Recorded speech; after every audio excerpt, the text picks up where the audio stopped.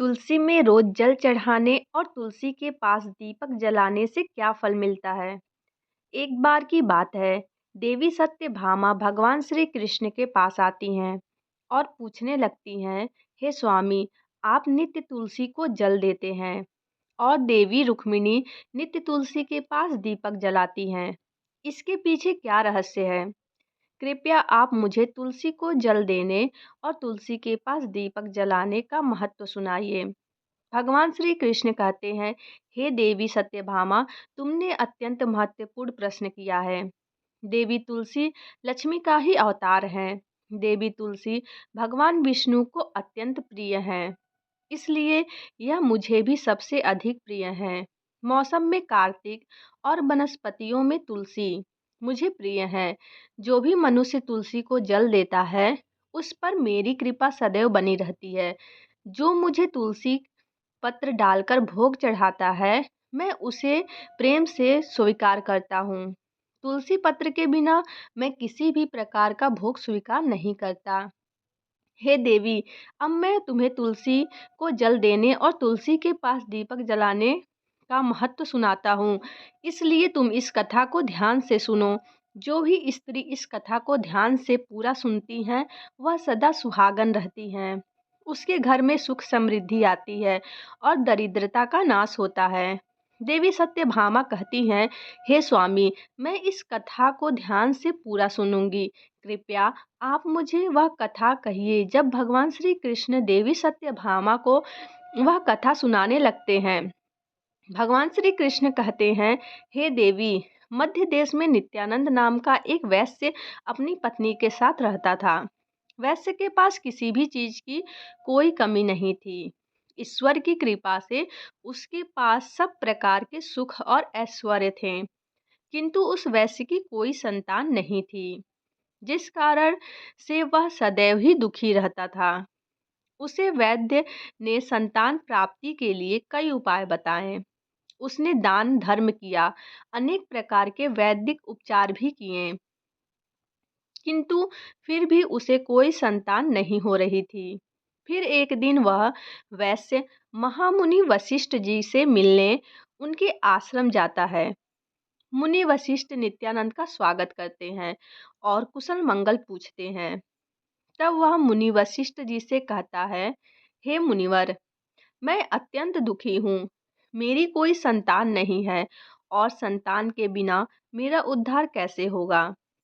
मैं संतान की प्राप्ति के लिए अनेक उपाय भी किया, किंतु मुझे संतान नहीं हो रही है। कृपया आप ही बताइए कि मुझे किस कारण से पुत्र की प्राप्ति नहीं हो रही है। क्या मुझे जाने अनजाने में कोई पाप हुआ है? तब मुनि वशिष्ठ जी अपनी दिव्य दृष्टि से नित्यानंद के पूर्व जन्म के बारे में जान लेते हैं। वशिष्ठ जी कहते हैं, हे वत्स, पिछले जन्म में तुम्हारे द्वारा घोर पाप हो गया था। इस कारण से तुम्हें इस जन्म में संतान सुख प्राप्त नहीं हो रहा। नित्यानंद कहता है, मुनिवर, कृपया मुझे बताइए, पिछले जन्म में मैंने कौन सा पाप किया है और उस पाप से मुक्ति पाने के लिए मुझे कौन सा उपचार करना चाहिए। वशिष्ठ जी कहते हैं कि हे वत्स, पिछले जन्म में तुमने जो अपराध किया था, उस विषय में सुनो। पिछले जन्म में तुम एक अहंकारी वैश्य थे। तुम्हारा जन्म धनवान कुटुंब में हुआ था। तुमने पिछले जन्म में एक गाय को अत्यंत दुख दिया था। एक दिन एक गाय भूख और प्यास से व्याकुल होकर तुम्हारे द्वार पर आई थी, किंतु तुमने उसे गाय को न रोटी खिलाई, न चारा खिलाया और न ही उसे जलपान कराया। तुमने बड़ी ही निर्दयता से उस गाय को अपमानित करके उसे घर से निकाल दिया। उस गाय ने अभी अभी बछड़े को जन्म दिया था और भूख से व्याकुल होने के कारण वह वहीं पर मूर्छित होकर गिर पड़ी और उस दिन वह अपने बछड़े को दूध भी नहीं पिला पाई। इसलिए इस गाय ने तुम्हें श्राप दे दिया था। इस गाय के श्राप के कारण तुम्हारी ऐसी दुर्दशा हुई है। उस गाय के श्राप के कारण तुम्हें इस जन्म में संतान नहीं हो रही है।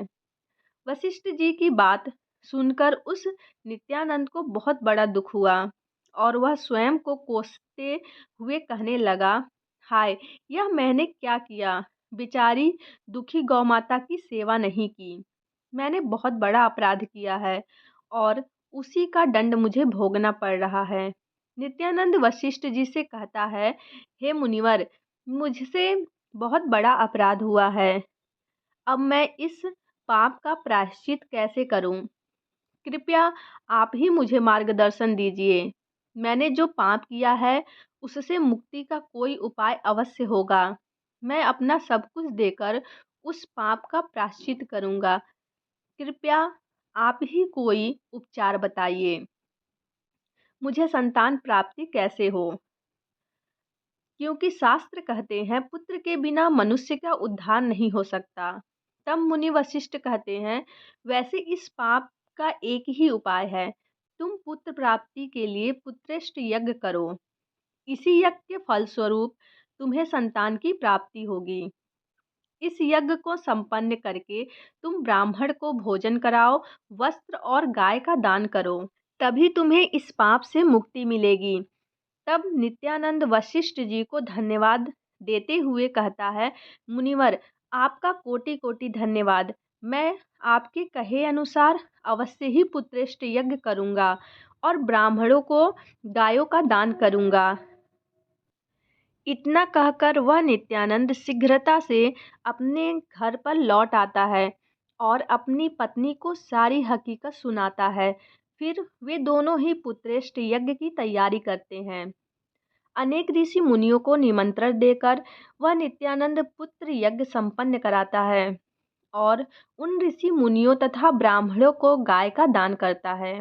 यज्ञ के संपन्न होने के पश्चात यज्ञ की आग से अग्निदेव प्रकट होते हैं और उस नित्यानंद से कहते हैं, हे नित्यानंद, आज तुम्हारा यह यज्ञ सफल हुआ है।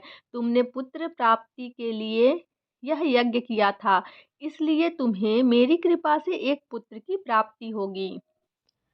किंतु तुम्हारे पुत्र की आयु केवल 18 वर्ष की ही होगी और 18 वर्ष समाप्त हो जाने के पश्चात तुम्हारे पुत्र की मृत्यु हो जाएगी।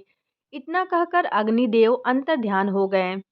पुत्र यज्ञ करके और अग्नि देव से पुत्र का वरदान प्राप्त करके वह नित्यानंद बहुत प्रसन्न तो हुआ, किंतु उसे बड़ा दुख भी था। नित्यानंद ने सोचा, पुत्र न होने से अच्छा है कम आयु वाला पुत्र ही ठीक है। फिर वह पहले की तरह अपने कार्यों में लग गया। कुछ दिनों के पश्चात उसकी पत्नी ने गर्भ धारण किया। नित्यानंद ने पुत्र के जन्म से पूर्व किए जाने वाले सभी संस्कार किए और फिर उसे एक अत्यंत सुंदर पुत्र की प्राप्ति हुई। वह बालक बड़ा ही तेजस्वी दिखाई पड़ रहा था। नित्यानंद ने पुत्र के जन्म के बाद किए जाने वाले सभी संस्कार किए और पुत्र को गुरुकुल में शिक्षा प्रदान करने के लिए उसे भेज दिया। नित्यानंद का पुत्र जैसे जैसे बड़ा होने लगा, नित्यानंद को बहुत अधिक चिंता सताने लगी। फिर वह उसका पुत्र 16 वर्ष का हुआ तो नित्यानंद की पत्नी ने उससे कहा कि हमें अपने पुत्र का विवाह कर देना चाहिए। हमारा पुत्र विवाह के योग्य हो गया है। नित्यानंद ने कहा, हे प्रिय, विधि का विधान के अनुसार हमारे पुत्र की आयु केवल 18 वर्ष की ही है। 18 वर्ष के पश्चात हमारे पुत्र की मृत्यु हो जाएगी, इसलिए हमें विवाह करके किसी कन्या के जीवन को बर्बाद नहीं करना चाहिए। वह तो 2 वर्षों बाद विधवा हो जाएगी, फिर उसे जीवन में अनेक कष्ट सहन करने पड़ेंगे। लेकिन नित्यानंद की पत्नी नहीं मानी। वह अपने पुत्र का विवाह होता देखना चाहती थी। नित्यानंद की पत्नी कहती है, नाथ, कुछ भी हो, मैं अपने पुत्र को अविवाहित मरते हुए नहीं देख सकती। हमारे पास किस चीज की कमी है? हमारी पुत्रवधू इस संपत्ति को प्राप्त करके सुखी जीवन जी सकती है। इसलिए अब आप संकोच न करें और हमारे पुत्र के लिए सुंदर कन्या की खोज करें। अपनी पत्नी और एक माँ के आगे नित्यानंद की एक न चली और फिर वह पुत्र के विवाह के लिए मान गए। फिर उसने पास ही एक नगर में रहने वाले एक अत्यंत गरीब वैश्य की पुत्री के साथ अपने पुत्र का विवाह संपन्न किया। नित्यानंद की बहू का नाम सुभद्रा था। वह अत्यंत गुणवान, चरित्रवान और पतिव्रता नारी थी। वह अपने पति के मृत्यु के बात को नहीं जानती थी। सुभद्रा नित्य अपने सास ससुर और अपने पति की सेवा करने लगी। वह सभी के साथ बड़े प्रेम से रहती थी और कभी किसी की आज्ञा का उल्लंघन नहीं करती थी। उसने अपनी मधुर वाणी और कार्यकुशलता से सभी के मन को जीत लिया। इस प्रकार से 2 साल बीत गए और फिर वह समय निकट आ गया जब नित्यानंद के पुत्र की मृत्यु होने वाली थी। नित्यानंद को बड़ा भय लगने लगा। फिर एक दिन उसने अपनी बहू को बुलाया और उसे क्षमा मांगते हुए कहने लगा, बहू, तुम मुझे क्षमा कर देना, मैं तुम्हारे साथ बड़ा अन्याय किया है। सुभद्रा ने कहा, ससुर जी, आप ऐसा क्यों कह रहे हैं? आप मुझे क्षमा मांगकर लज्जित न कीजिए।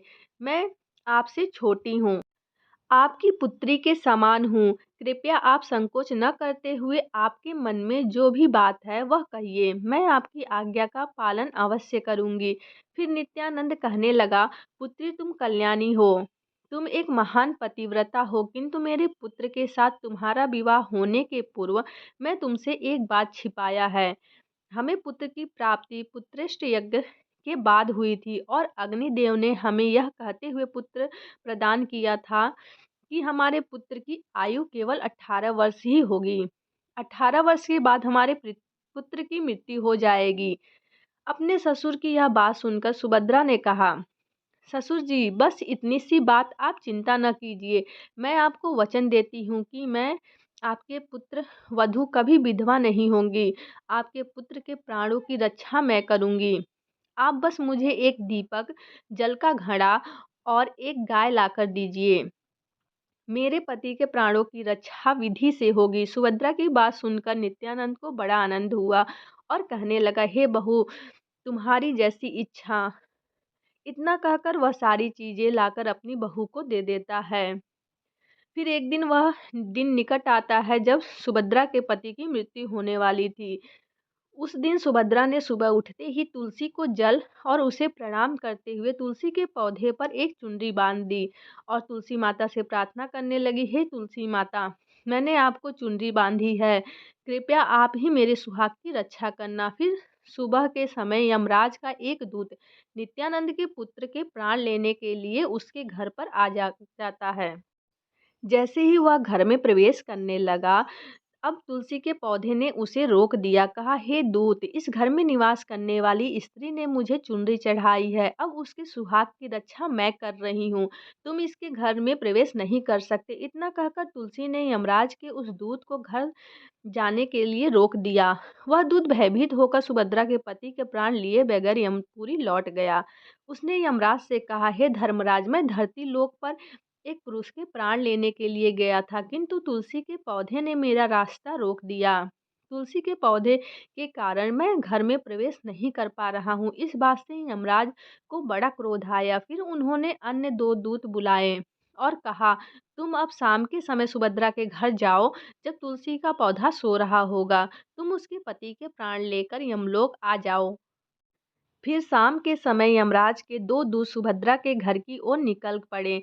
सुभद्रा ने शाम होते ही तुलसी के पास एक दीपक जला दिया और उससे प्रार्थना की कि हे दीपक, अब तुम ही मेरे पति के प्राणों की रक्षा करो। यम के दूत मेरे पति के प्राण लेने के लिए आ रहे हैं।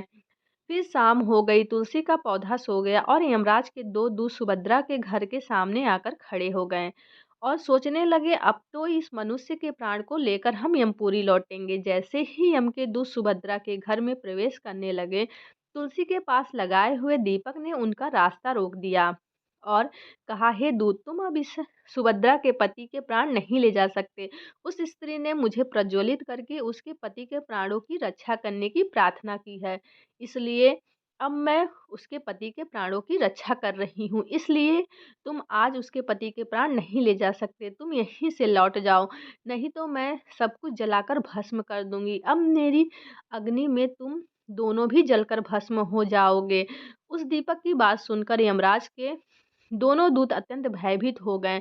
फिर वह यमपुरी लौट गए। वहां पर जाकर उन्होंने यमराज को सारा वृत्तांत सुनाते हुए कहा, हे यमराज, आपकी आज्ञा का पालन करते हुए हम दोनों शाम के समय उस पुरुष के प्राण लेने के लिए गए थे, किंतु तुलसी के पास जलाए हुए दीपक ने हमारा रास्ता रोक दिया, इसलिए हम खाली हाथ ही लौट कर आए। यह सुनकर यमराज को बड़ा क्रोध आया। फिर उन्होंने अन्य 4 दूतों को बुलाया और कहा कि तुम सुबह सुभद्रा के जागने से पहले वहां जाओ और उसके पति के प्राण लेकर आ जाओ। यमराज की आज्ञा पाकर वो सुबह सुभद्रा के घर की तरफ जाने लगे, लेकिन इधर सुभद्रा ने रात को ही घर के दरवाजे के सामने जल से भरा हुआ लोटा रख दिया और उससे प्रार्थना की कि आप ही मेरे पति के प्राणों की रक्षा कीजिए। इतना कहकर वह सुभद्रा सोने चली गई। इधर यम के दूत सुबह सुभद्रा के जागने से पहले ही उसके घर पर पहुंच गए। जैसे ही वह घर के अंदर प्रवेश किए, तब लोटे से भरे जल ने उन्हें रोका और कहा कि तुम अंदर प्रवेश नहीं कर सकते हो। सुभद्रा के पति के प्राणों की रक्षा मैं कर रही हूँ, और यदि तुमने घर के अंदर प्रवेश किया तो मैं नरक की अग्नि को अपने जल से बुझा दूंगी। यमराज के बेचारे दूत घबरा गए और एक दूसरे की तरफ देखकर उस स्थान से भाग गए। सभी यम के दूत यमराज के पास लौट गए और उनसे कहने लगे, हे धर्मराज, आपकी आज्ञा का पालन करने के लिए हम चारों सुबह सुभद्रा के घर उसके जागने से पहले ही पहुंच गए, लेकिन जल से भरे लोटे ने हमारा मार्ग रोक दिया। अब यमराज को उस पर बहुत क्रोध आया। इस बार उन्होंने 8 यमदूतों को बुलाया और कहा, हे यमदूत, अब शीघ्रता से और बलपूर्वक उस मनुष्य के प्राण खींचकर यमलोक लेकर आओ। फिर वह 8 यमराज की आज्ञा का पालन करते हुए पृथ्वी लोक पर उस सुभद्रा के घर के पास आते हैं, तो देखते हैं उसे सुभद्रा के घर के सामने एक गाय खड़ी है। सुभद्रा ने यमदूतों के आने से पहले ही अपने घर के सामने गाय को बांध दिया और प्रार्थना किया कि हे गौ माता, अब आप ही मेरे पति के प्राणों की रक्षा कीजिए। मैं आपके शरण में आई हूँ, कृपया मुझे विधवा होने से बचा लीजिए। उस गाय ने कहा, पुत्री, तुम चिंता मत करो, तुम्हारे पति की प्राणों की रक्षा मैं स्वयं करूंगी। मेरे होते हुए तो यम के दूत तुम्हारे घर में प्रवेश नहीं कर पाएंगे, इसलिए तुम जाकर चिंता मुक्त होकर अपने पति की सेवा करो। दूत घर के अंदर प्रवेश करने के लिए आगे बढ़ते हैं, तब गाय ने उन्हें रोक देती है और कहती है कि तुम अंदर नहीं जा सकते हो। सुभद्रा के पति के प्राणों की रक्षा मैं कर रही हूँ। अगर तुमने अंदर प्रवेश किया तो मैं तुम्हें श्राप दे दूंगी और तुम्हें मुझे मारने से गौ हत्या का पाप लगेगा, इसलिए तुम अंदर नहीं जा सकते हो। यमदूत भयभीत होकर और गौ हत्या का पाप लगने के डर से वो वहां से चले जाते हैं। यमराज के पास लौटकर वो कहते हैं कि इस बार गाय ने हमें रोक दिया। यमराज, उस सुभद्रा के पति के प्राणों की रक्षा एक गाय कर रही है। उस गाय ने हमें श्राप देने की बात कही, इसलिए हम सभी भयभीत होकर वापस लौट आए। हम इस गाय का सामना करने की शक्ति नहीं है। उन यमदूतों की बात सुनकर यमराज आग बबूला हो गया और स्वयं भैंस पर सवार होकर पृथ्वीलोक की ओर निकल पड़े। यमराज अपने भैंस पर सवार होकर सुभद्रा के घर पर चले आते हैं। यमराज को अपने घर के सामने खड़ा देखकर सुभद्रा भयभीत हो जाती है और जल्द ही आकर यमराज के शरण स्पर्श करके उन्हें नमस्कार करती है और उनकी स्तुति करने लगती है। यमराज, आप तो तीनों लोगों के प्राणियों पर कृपा बरसाने वाले हैं। इस संसार के सभी व्यक्तियों का कर्मों का लेखा जोखा आप करते हैं। आपको बारंबार नमस्कार करती हूँ, कृपया आप मुझे आशीर्वाद दीजिए। सुभद्रा की स्तुति से यमराज प्रसन्न होते हैं और उन्हें सदा सुहागन होने का आशीर्वाद देते हैं। तो सुभद्रा कहती है, हे धर्मराज, आपने मुझे सदा सुहागन होने का आशीर्वाद दिया। आप मेरे पति के प्राण नहीं ले जा सकते हैं, नहीं तो आपका आशीर्वाद झूठा हो जाएगा। धर्मराज सुभद्रा की बातें सुनकर मुस्कुराता है और कहते हैं कि पुत्री, तुमने आज साक्षात यम को ही पराजित कर दिया। मैं तुम्हारे पतिव्रता धर्म से अत्यंत प्रसन्न हूँ। अब तुम्हारे पति के प्राण छोड़ देता हूँ। तुम्हारी जो भी मनोकामना है वह मुझसे मांग लो। तब सुभद्रा ने धर्मराज से कहा कि मैं अपने पति के लिए 100 वर्षों की आयु मांगती हूँ। मेरे लिए मेरे पति ही परमेश्वर हैं, आप मुझे यही वरदान दीजिए। तभी सुभद्रा की बातें सुनकर यमराज प्रसन्न होते तथास्तु कहते हैं। हे कल्याणी, आज से जो भी स्त्री अपने घर के सामने तुलसी का पौधा लगाती है, उसमें दीपक जलाती है और घर के सामने गाय बांधती है, उस स्त्री का हमेशा कल्याण होगा। यमराज उस स्थान से अंतर्ध्यान हो जाते हैं। भगवान श्री कृष्ण कहते हैं, हे देवी, इस प्रकार से उस सुभद्रा ने अपने पतिव्रता धर्म का पालन करते हुए मृत्यु को, इसलिए जो भी व्यक्ति अपने घर के सामने तुलसी का पौधा लगाता है और घी का दीपक जलाता है, उसके घर में मृत्यु प्रवेश नहीं करती है। उस घर में कभी दुख दरिद्रता नहीं आती है। जो स्त्री अपने घर के सामने जल से भरा हुआ लोटा रखती है, उसके घर में कभी शोक नहीं होता है। तो दोस्तों, भगवान ने इस प्रकार देवी सत्यभामा को तुलसी के पास दीपक जलाने का महत्व सुनाया। दोस्तों, आपको यह कथा कैसी लगी, कृपया कमेंट करके ज़रूर बताएं। वीडियो पसंद आए तो लाइक करें, कमेंट में जय श्री कृष्णा अवश्य लिखें और ऐसी ही बहुत सारी कहानियाँ सुनने के लिए चैनल को सब्सक्राइब कर लें। धन्यवाद।